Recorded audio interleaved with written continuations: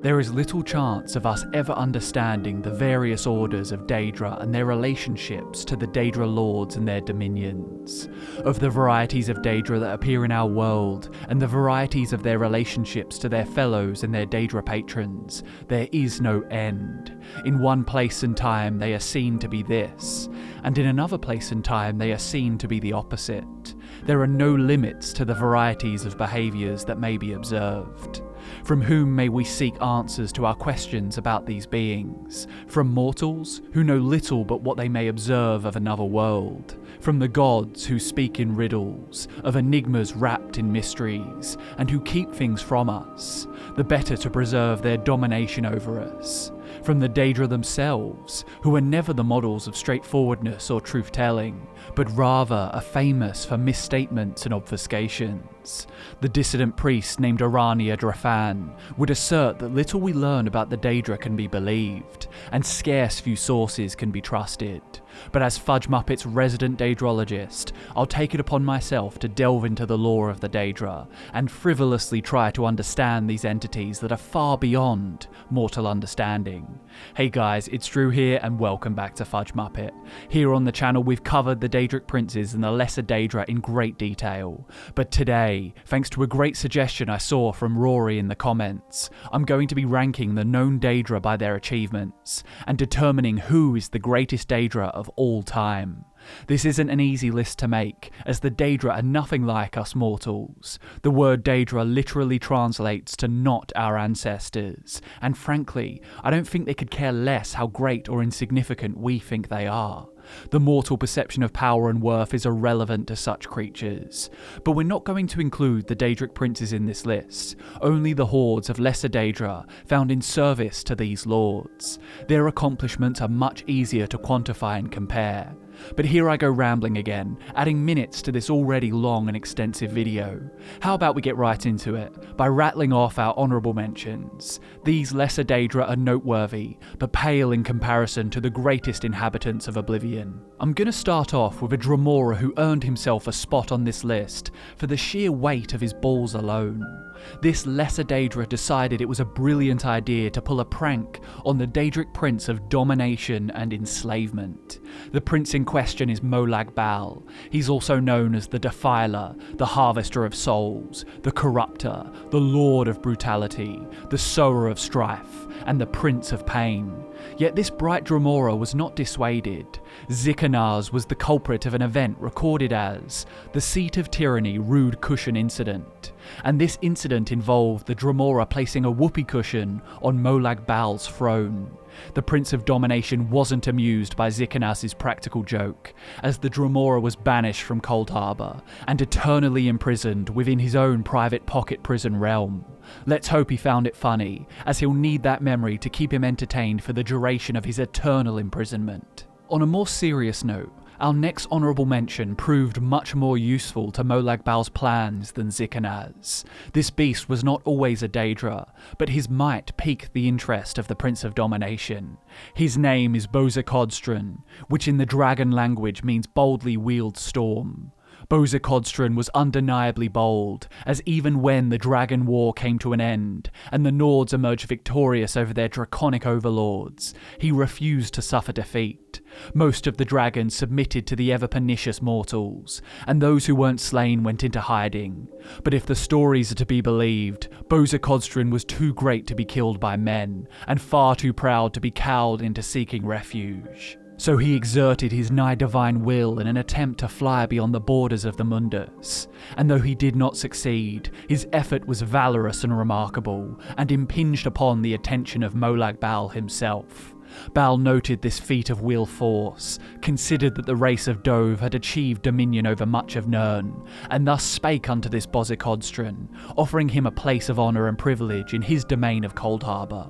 And the dragon, his resources all but spent by his efforts, did accept and agree. But unsurprisingly, the Lord of Enslavement had not invited the dragon to Cold Harbour to be his guest, but rather to probe for the secrets of the dragon's domination over mortals.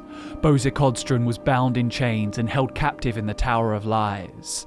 He subjected the once great beast to torture and torment. The only respite from suffering came when the slave masters paused to interrogate him. But this only served to swell the dragon's pride. He was haughty and indignant at his ill treatment, and no matter what torments were brought to bear, the intransigent Bozzakodstran refused to utter so much as a single syllable in his abrasive language to reveal the secrets of the Dove. So Molag Bal, vexed by the beast's unyielding defiance, subjected the dragon to a slow and excruciating death. His flesh was slowly consumed, until only the skeleton remained. Bal regarded the skeleton of the Dove and laughed. "If I cannot have the secrets of the dragons," he thundered, "then I shall make dragons of my own, dragons even mightier than those of Nirn." Bozzakodstran's accomplishments as a dragon were impressive. His belligerent resolve was admirable, and death wouldn't be the end of his story. Bozzakodstran's skeleton was taken to Coldharbour's vile laboratory, and here it was infused with the blood of darkness. Bal ordered his servants to improve on the already imposing skeletal structure of the dragon, making it even mightier than that of its forebears. And then it was plunged into a pool of azure plasm, the raw creation energy from which all Daedric beings in Coldharbour emerge. And so Bozzakodstran's corpse was reborn as the first Daedric Titan. Its strength was unparalleled, its savagery remarkable even among the war slaves of Molag Bal, and its native intelligence was impressive, though not perhaps on the level of its forebears. And so, every Daedric Titan created in the vile laboratory came from Bozzakodstran's image. Next we have an honourable mention who we unfortunately can't identify.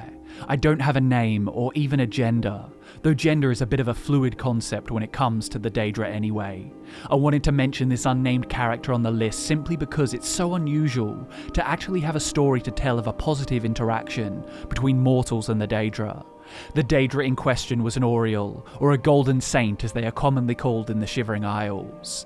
The source, Saints and Seducers, claims the Saints are a proud, arrogant race, quick to anger and cruel in their punishment. There is no question that they view all in the Isles as inferior, and make no effort to hide this in their interactions. So they have little love for mortals, yet the story of this unnamed Oriole suggests the opposite. Malkur Varlos was the Dunmer son of a wizard named Maros, and when his mother died in childbirth, Maros summoned a golden saint to protect and care for the infant. This Daedric guardian took the young Malkur to the Shivering Isles, and he was raised among the golden saints of Bralak. Under the tutelage of the Orioles, Malkur acquired steadfast principles of honour, duty and fidelity to his word. The inescapable influence of the Shivering Isles also imbued him with a measure of unpredictability in his methods. Malkur Varlos eventually returned to Tamriel as an adult, where his talents drew the attention of Vanus Galerion, and he went on to become an esteemed member of the Mages Guild. He was among those gallant mages who took part in the invasion of Coldharbour during the Plain Meld. Some of his fellows were taken captive, but Malkur managed to evade capture by transforming himself into a scamp. With the help of the Vestige, he rescued his condemned peers. Malkur was also essential in opening and maintaining portals to Tamriel, allowing supply lines to be established, and reinforcements to come to their aid.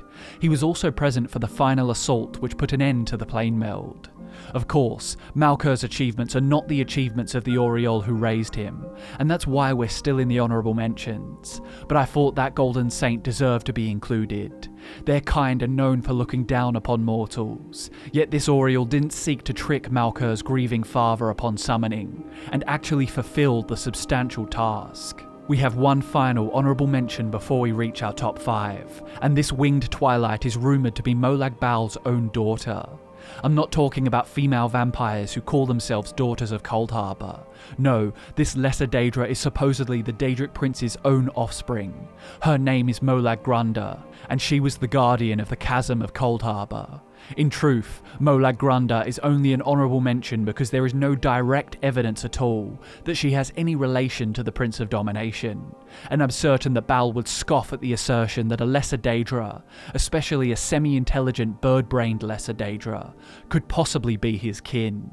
Grunda guarded the chasm of Coldharbour during the Plain Meld, but when the mortals invaded Bal's realm, she was swiftly slain. And when she returned from the Azure Plasm, Grunda visited Morrowind, where she consorted with a Frost Atronach named Nomeg Gwai. Perhaps the strongest argument that Bal and Grunda are related was Molag Bal's disdain for this relationship. Like a picky parent, Bal offered the Nerevarine a cure for vampirism in exchange for killing Grunda. When she returned to Cold Harbour, Bal reprimanded her, and I can't imagine the fate of Nomeg was a particularly pleasant one. But with that, we reach our top 5. And in 5th place, we have a Dremora who loves nothing more than spending his days in the realm of Mundus, sailing the seas, searching for treasure, and sundering seafaring mortals with his scimitar. Velek Sane, the pirate king of the Abetian, is one of Tamriel's most notorious swashbucklers. As his nickname suggests, he gained a lot of notoriety off the continent's west coast, where he and his infernal crew raid all mortal vessels with equal barbarity. The flag you fly is irrelevant to Velek. It could be Dominion or Empire, or just a humble merchant cog. If you spy blood in the water, know that Sane's ship is nearby. For the most part, this Dremora lives by his own rules, ignorant of all the Daedra lords, but it is said he assisted Molag Bal in his Plainmeld invasion, before being banished back to the Void by the Fighters Guild. This was Velek's only known foray into war and politics, and then he was back to what he did best, terrorizing the seas without any bias. At some point in the 4th era, a group of 4 students from the College of Winterhold attempted to conjure Velek with 4 enchanted rings and a Daedric gauntlet. Their ambitious summoning resulted in their deaths, and the souls of the students were trapped in Oblivion for eternity. But it turns out that the summoning had been a success, and Sane was bound to the gauntlet. The last Dragonborn released Velek in the 4th era 201, in exchange for the location of his treasure hoard. It isn't clear whether the hero freed Velek or banished him to the Void, but I think it's safe to say either way that the Dremora, once reformed or released, was back on the high seas of Mundus, plaguing travellers and traders alike. Velek Sane is hardly an overachiever, but it's interesting to see a Dremora who doesn't follow the rigid cultural structure of this Daedric race. Dremora are known for their strict class-based clan systems. They uphold their oaths and take pride in their staunch loyalty to their caste and their superiors. Yet here's Velek Sane, living by his own code. What some would call rules, he would call guidelines. So if you see a ghastly ship on the horizon, you best start believing in ghost stories, cause you're in one. Our next great Daedra attempted quite an ambitious stunt. She plotted with her master to steal the most valuable position of power in Tamriel, and she came damn close to succeeding. In 4th place we have the Zivkin named Molag Kenna. The Zivkin are a Daedric race of Molag Bal's creation. In Cold Harbour's vile laboratory, Bal experimented with vestigial hybridization between Dremora and Zivalai, and the result was the Zivkin. Molag Kenna was monarch in Bal's realm, and one of his most trusted servants. In the midst of the Plainmeld, Kenna was tasked with infiltrating the Imperial City and impersonating the current Empress Clivia Farn.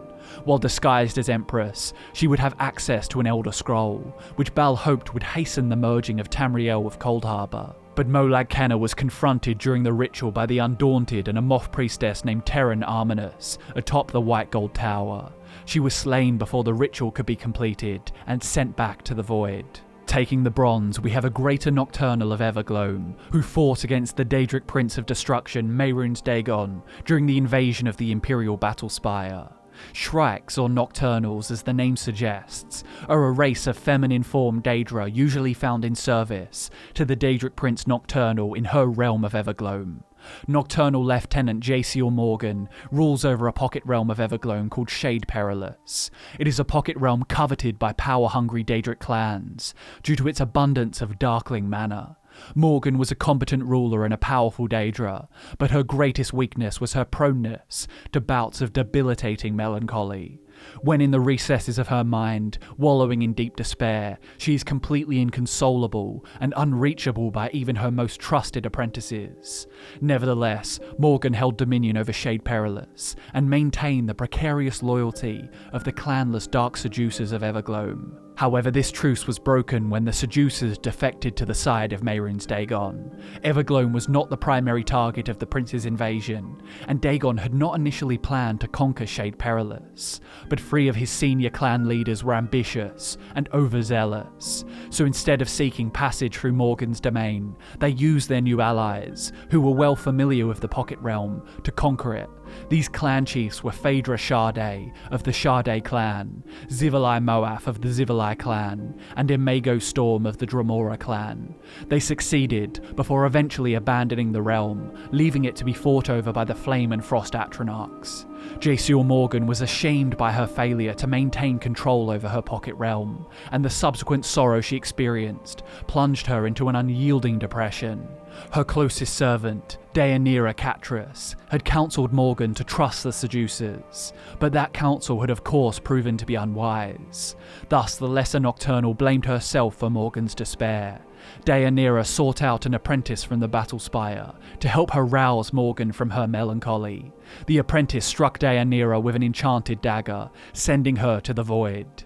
As she had predicted, the loss of Daenira had been enough to break Morgan from her depression. Her grief at the death of her servant and the loss of her realm had transformed into anger, which she directed at Mehrunes Dagon and his destructive clan chiefs.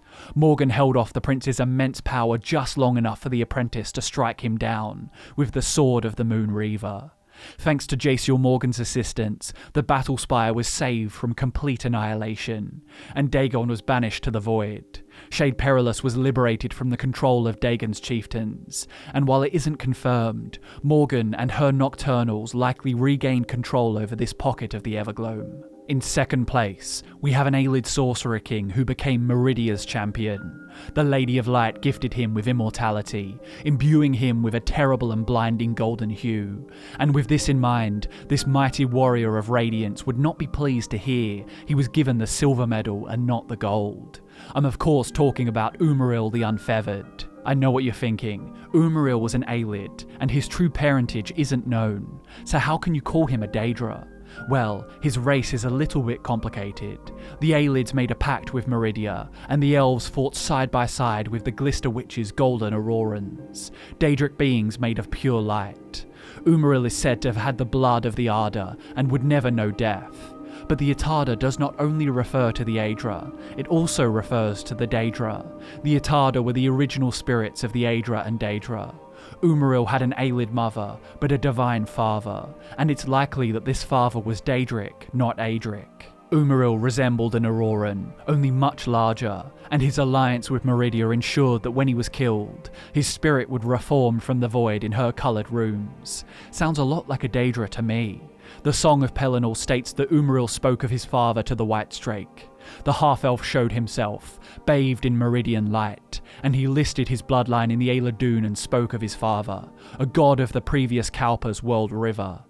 What this World River refers to isn't known, but a thing about the previous Kalpa that is somewhat well known is that the Dread Kings ruled the oceans, and Molag Bal had been their chief. I'm not saying Umaril is Molag Bal, aka the Ruddy Man's son or anything, especially given the animosity between Meridia and Bal, but I think a water-dwelling divine from the previous Kalpa would likely be a Daedra. And of course, the World River may not even be a literal river, it could just be a poetic way of describing the passage of time in another cycle. Once again, this is speculation, but I hope the reasons I've listed have convinced you to allow Umaril the Unfeathered onto this list of Great Daedra, representing the Aurorans. Umaril emerged to lead the united forces of Aelid and Auroran against the Elysian rebellion of Cyrod, and with such a powerful leader, the humans really had no hope of victory. Fortunately for the humans, they had some divine intervention of their own. Saint Alesia was chosen by Akatosh, and she had two inhuman allies. One was Kind's son, Morahouse the Winged Man-Bull. The other was Pelennor Whitestrake, the Star-Made Knight, the Bane of Myr.